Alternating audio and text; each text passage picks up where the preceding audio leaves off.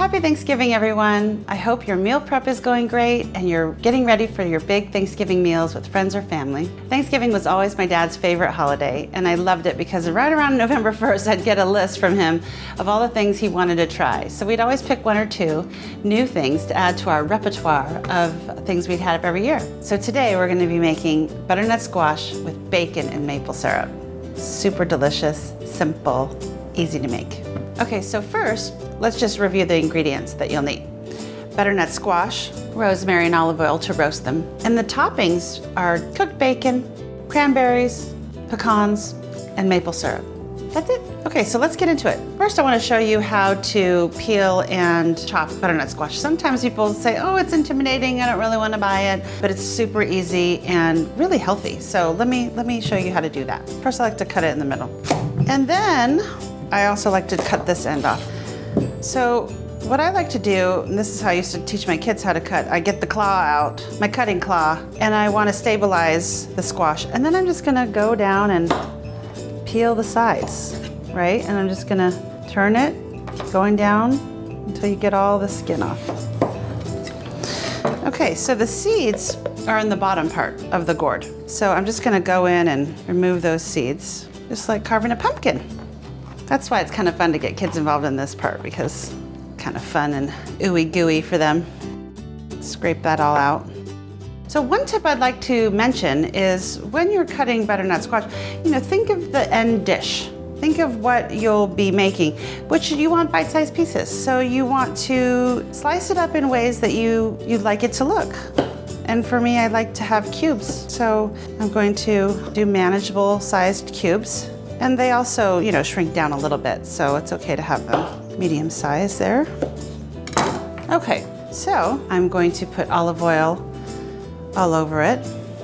And then I want to put some rosemary, fresh from my garden, but you can get it at the grocery store. Just peel back on the stem like this to get your pieces. I'm going to just chop them up a little bit so that it's not such big pieces. I'm just going to do a rough chop on them. Smells so delicious, smells like holidays already. Sprinkle that all in there. And then I'm gonna add a little salt and pepper, but I wanna talk about the pepper really quick because a lot of times you just buy pepper, already ground, but I really love having the spice grinder. Throw in your pepper into your spice mill and just hit the button, and then you've got fresh ground pepper, and it's really pungent and exactly what you want. And once I have it ground, I just mix it in with my salt, make a little combo, then I just toss it with salt and pepper. It's gonna get in there and just mix it up.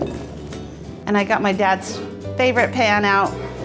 I borrowed this from him when I had my very first apartment, and I love how old and used it is. I never gave it back, and I'm glad I didn't. So I'm going to spread out my squash, and I'm going to roast it for 30 minutes on 400. So let's do it.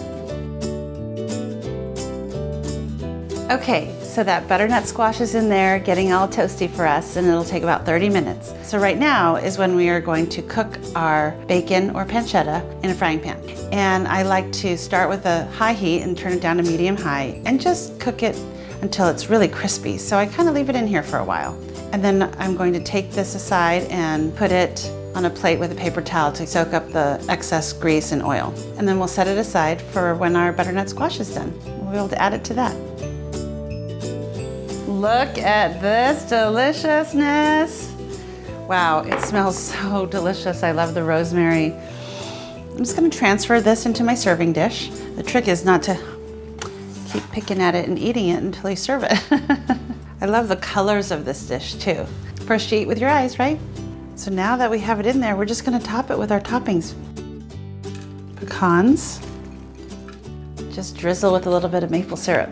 And just gently toss it. You don't want to be too rough because the squash is really soft and you don't want to mash them. And then if you want, you can just add a little bit of rosemary as a little garnish on the side. Just tuck that in. Just add a little color to the plate. So there you have it.